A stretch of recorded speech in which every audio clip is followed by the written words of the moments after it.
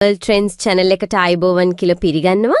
අද අපි කතා කරමු බුකිනා ෆාසෝවේ තරුණ නායකයා කැපිටාන් ඉබ්‍රහීම් ට්‍රවුරේ ගැන. ඔව් විශේෂයෙන්ම යාගේ අර මෑතක මොස්කව් ගිය එක ගැනයි යාගේ නායකත්වයට යටතේ රටේ වෙන දේවල් ගැනයි නේද? හරියටම.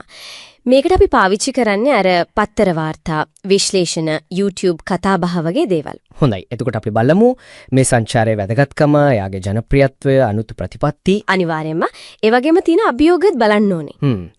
එන පටන් ගමු අර මොස්කව් ගියේ එකෙන්. මේ 9 වෙනිදා නාසි ජර්මනිය පරද්දපු එකේ අර 80 වෙනි සමරුමට ගියා නේද? ඔව් ඒක විශේෂයි. මොකද ගොඩක් බටහිර රටවල් ඒක වර්ජනය කළා. අනතුරුත් ඇඟේ වලේ යන්න එපා කියලා. ඇත්තම ඒ ට්‍රවුරේ ගියා. එනා විතරක් නෙමෙයි අර ග්ලෝබල් දකුණ කියන රටවල් වල ගොඩක් නායකයෝ ගියා. ඒකම ලොකු දෙයක්. ඊටත් වඩා දෙයක් තමයි මේ රුසියාවෙන්ම විශේෂ ගුවන් යානයක් යවන්නේ ට්‍රවුරේව ගෙන්න ගන්න. ඒකනම් විශේෂයි. යාට අර කුමන්ත්‍රණ තර්ජන තියනවා කියන පසුබිමේ නේද? ඔව් කුමන්ත්‍රණ 18කින් බේරුණා කියලාත් කියවෙනවා. ඉතින් මේක පුටින්ගෙන් ආපු ලොකු මිත්‍රත්ව පණිවිඩයක් වගේ ආරක්ෂාව ගැනත්. එයාගේ පෙනුම ගැනත් කතා වුණා නේද? අර හමුදා එන්දුම පිස්තෝලය. ඔව් ඒකත් එක්ක චීනේ, බ්‍රසීලිය වගේ නායකයොත් එක්ක ඉන්නකොට ඒකෙන් වෙනම පණිවිඩයක් ගියා වගේ. ඒ කියන්නේ අර ගෝලීය බලතුලනේ වෙනසක්, අප්‍රිකාවේ නෙගියීමක් වගේ දෙයක්. හරියටම ඒ ප්‍රතිරූපය තමයි එයාට අප්‍රිකාව ඇතුලේ පිටින් අප්‍රිකානුවන් අතරේ විශේෂයෙන්ම තරුණයන් අතරේ ලොකු ජනප්‍රියත්වයක් දීලා තින්නේ. එයාව අර අප්‍රිකාවේ චේ ගුවේරා කියපු තොමස් සංකාරාටත් සමාන කරනෝ නේද? ඔව් බටහිර මාධ්‍ය පවා ඒ ජනප්‍රියත්වය දැන් පිළිගන්නවා. තරුණයි, අධිරාජ්‍ය විරෝධී, තනියම තීරණ ගන්නවා. ඒක තමයි හේතුව. පුටින් එක්ක හම්බ වෙලා නොවාද වැඩියම කතා කළේ? ප්‍රධානමදී අර ත්‍රස්තවාදයේ මැඩලන එක. උතුරේ ඉන්නෝනේ අර ජිහාද් කල්ලි, ජීනයම්ය ස්වප් වගේ.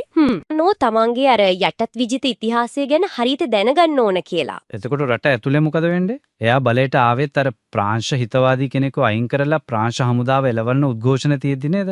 ඔව් ඒ රැල්ලටම තමයි ආවේ. ආපු ගමන් ප්‍රාංශ හමුදාව සම්පූර්ණයෙන්ම ලෙවුවා. ඉලක්කය ස්වයංපෝෂිත වෙන එකද? ඒක තමයි. ප්‍රධාන රන්පතල් ජනසතු කළා රාජ්‍ය පතල් කම්පැනි එකක් හැදුවා. විදේශ කම්පැනි වලටත් කොන්දේසි දාලා. ඔව් පහනුවක් දෙන්න ඕන, තාක්ෂණයක් දෙන්න ඕන.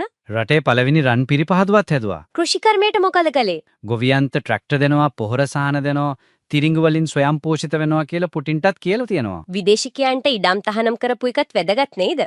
අනිවාර්යෙන්ම ගුවන් තොටුපළ ලොකු කරනවා, අර ජංගම සායන දිනනවා, තැපැල් බැංකුවක් හදනවා. තැපැල් බැංකුව ඒ මොකටද? ඒක අර CFA ෆ්‍රැන්ක් එකෙන් ගැලවෙන්න කරන උත්සාහයක් වෙන්නත් පුළුවන්. ප්‍රංශ පාලනයෙන් මිදෙන්න.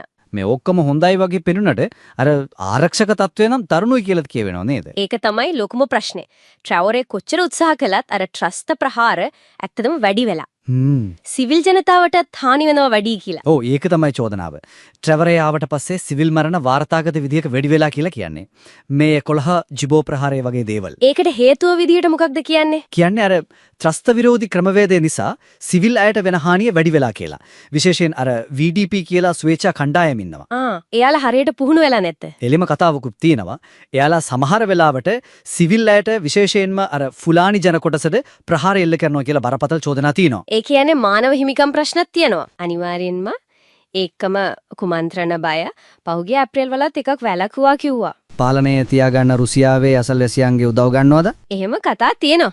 රුසියාවේ ඇෆ්‍රිකා කෝප්ස්, මාලි, චැඩ් උදව්, ඉරානයේ විශේෂණ මේ හැමදේම කියවෙනවා. මාධ්‍ය මර්ධනය ගැන චෝදනා තියෙනව නේද? ඔව් විසම්මුතියට ඉඩ නැහැ කියන එක. අර ඉකොවස් එකෙනු තයින් වුණානේ මාලි නයිජර් එක. ඒතකොට මැතිවරණ 2024 තියන්න හිටපු එක. ඒක අවිනිශ්චිතයි. සමහරු කියනවා 2029 වෙනකම් ඉන්නත් පුළුවන් කියලා. IMF ලෝක බැංකුව උදව් එපා කිව්වට රටේ මිනිසුන්ට අමාරුයි කියලාත් කියනවා. ඔව් මානුෂීය අර්බුදයේ දරුණුයි. මිලියන 2ක් විතර අවතැන් වෙලා. එතකොට බලද්දී ට්‍රෙවරේ කියන්නේ හරිම අධිරාජ්‍ය විරෝධී. Tamange පාරේ යන්න හදන කෙනෙක්. ඒ නිසා ජනප්‍රියයි. ඔව් ජාතික සම්පත් ගන්නවා, රුසියාව වගේ අයත් එක්ක එකතු වෙනවා. හැබැයි ඒකම රට ඇතුලේ ආරක්ෂාව බිඳුවට වටලා වඩේ මානව හිමිකම් ජන ප්‍රශ්න. ඒක තමයි ලොකුම අහියෝගය. ප්‍රතිපත්ති ජනප්‍රිය වුණාට රටේ ස්ථාවරත්වය අනාගතය ගැන ලොකු ප්‍රශ්නාර්ථයක් තියෙනවා. ඇත්තටම හිතන්න දෙයක් මේ ජනප්‍රියත්වයේ මේ දැඩි තීරණය එක්කම රට මේ වගේ අස්ථාවර තැනකට යන එක ඒක ස්වාධීනත්වයේ මිලද නැත්තම් වෙන ප්‍රශ්නයක්ද කියලා. ඒක තමයි බලන්න ඕන. එහෙනම් අදට අපි සමුගන්නවා හැනදාම අලුත් දේවල් දැනගන්න දැන්ම subscribe කරන්න channel එකට.